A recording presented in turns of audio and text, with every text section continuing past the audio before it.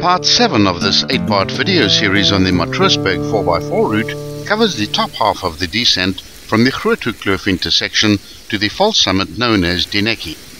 We filmed the descent behind another 4x4 driven by an experienced driver to illustrate the correct driving lines and how the traction control systems effectively allow the driver to descend safely.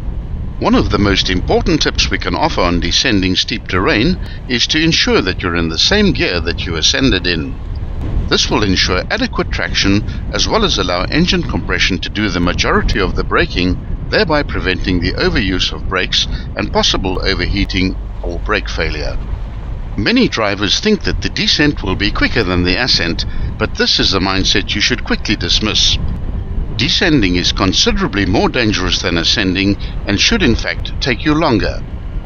Driving your four-wheel drive vehicle down steep hills is one of the most exciting and potentially dangerous things you can do in a 4x4. It's exciting because it's adventurous and dangerous because there's a real risk of rolling your vehicle. And on a steep hill, you could keep on rolling all the way down. Driving down steep hills appears to be a much simpler thing because you've got gravity on your side. This isn't always a good thing if the track is too steep. As with driving up, it's important to retain traction. When you get to a particularly difficult obstacle, you should always stop and walk the track. If you can't walk it, then you won't be able to drive it.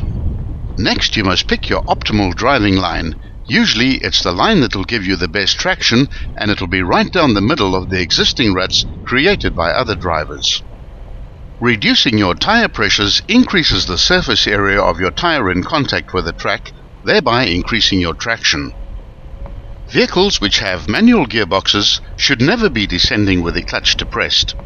The moment you depress the clutch, you lose your traction. Select your optimal gear of descent, which should be first gear low range during very steep descents, and remain in that gear until you reach more level terrain.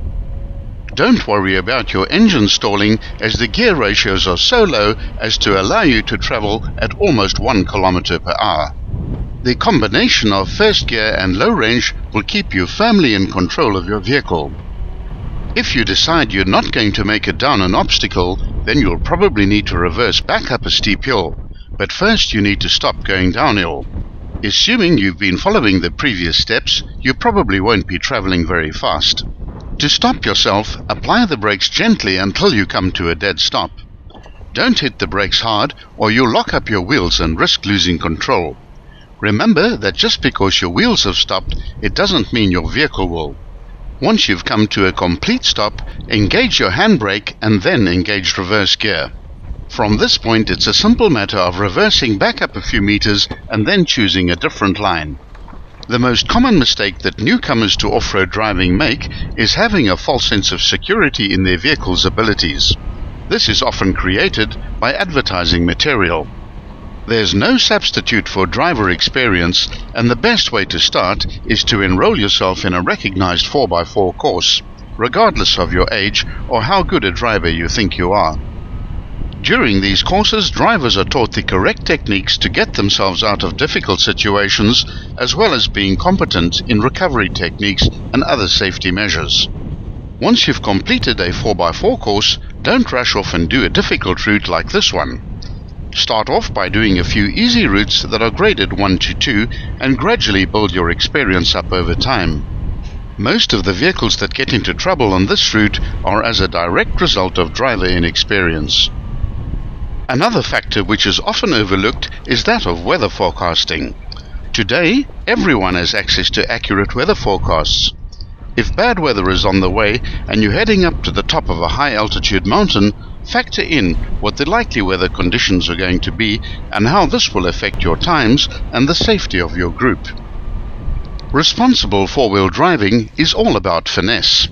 Other features and driving techniques assist in the overall safety of your off-road outing, but finesse is the first and the most important portion of your driving repertoire to acquire. It's always important to drive within your ability.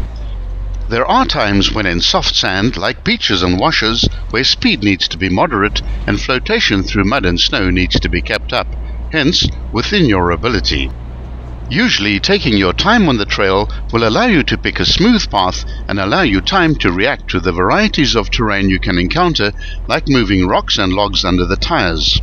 If your vehicle has a ground clearance deficiency, going slowly helps here in that if you do hit a rock with a differential or other rock grabber, it will usually stop the vehicle on impact, or you will likely scrape over it.